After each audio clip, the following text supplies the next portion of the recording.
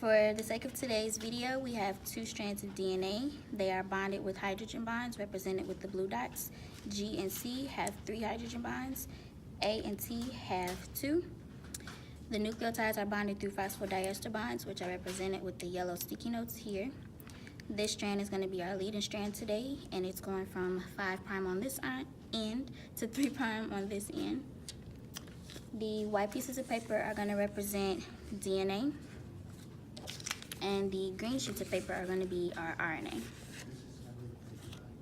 So first, helicase is going to come in and it's going to open up our strands. Open this up. Gyrase is going to follow it and it's going to stop the strand from supercoiling, and the SSB protein is going to coat the strands so that they do not bond back together via hydrogen bonds.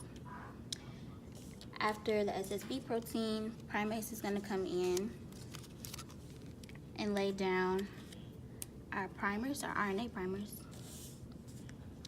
And it's going to be A with U.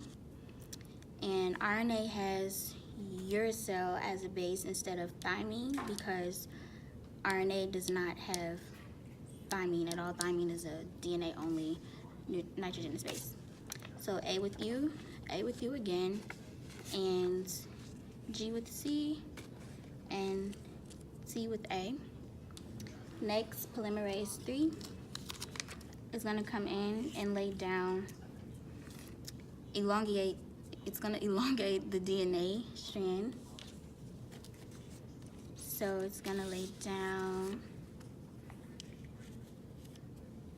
C with G and T with A.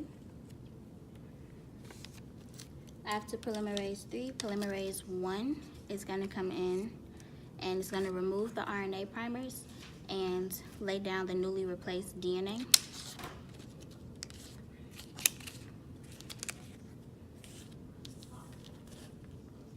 So it's going to be A with T, A with T, G with C, and T with A. Finally, ligase is going to come in and it's going to close the gap between the elongated DNA and the newly replaced DNA. So now that we have 6 nucleotides opened up on our leading strand, we have the ability to go ahead and start our Okazaki fragment on our lagging strand. So primase will come down first so that we lay down our RNA. E matches with A, G with C, U with A, G with C, and then our polymerase 3 comes in to elongate our DNA. So we have an A for our T, and we have an A for our T. Then polymerase 1 comes in to remove the RNA.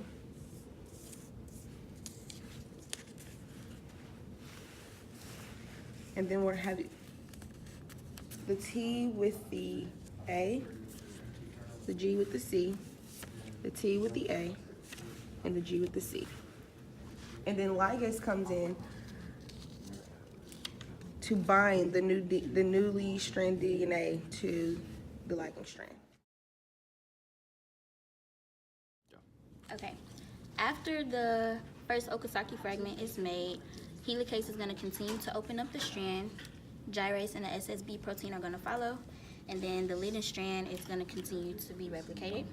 So it's going to be G with C, A with T, don't know what that is, A with T, G with C, G with C again, and G with C. So now that we have 6 more nucleotides opened up on our leading strand, we now have the ability to go ahead and continue with the Okazaki fragment. So we're going to lay down our primase, and then we'll have our G with our C, G with C, G with C, A with T, and now we're going to lay down our polymerase 3 that elongates our DNA. So we have an A with T and a G with C. And now our polymerase 1 comes in to remove the RNA.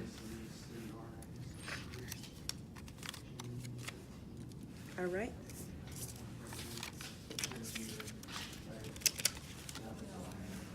And then we're going to lay down our DNA.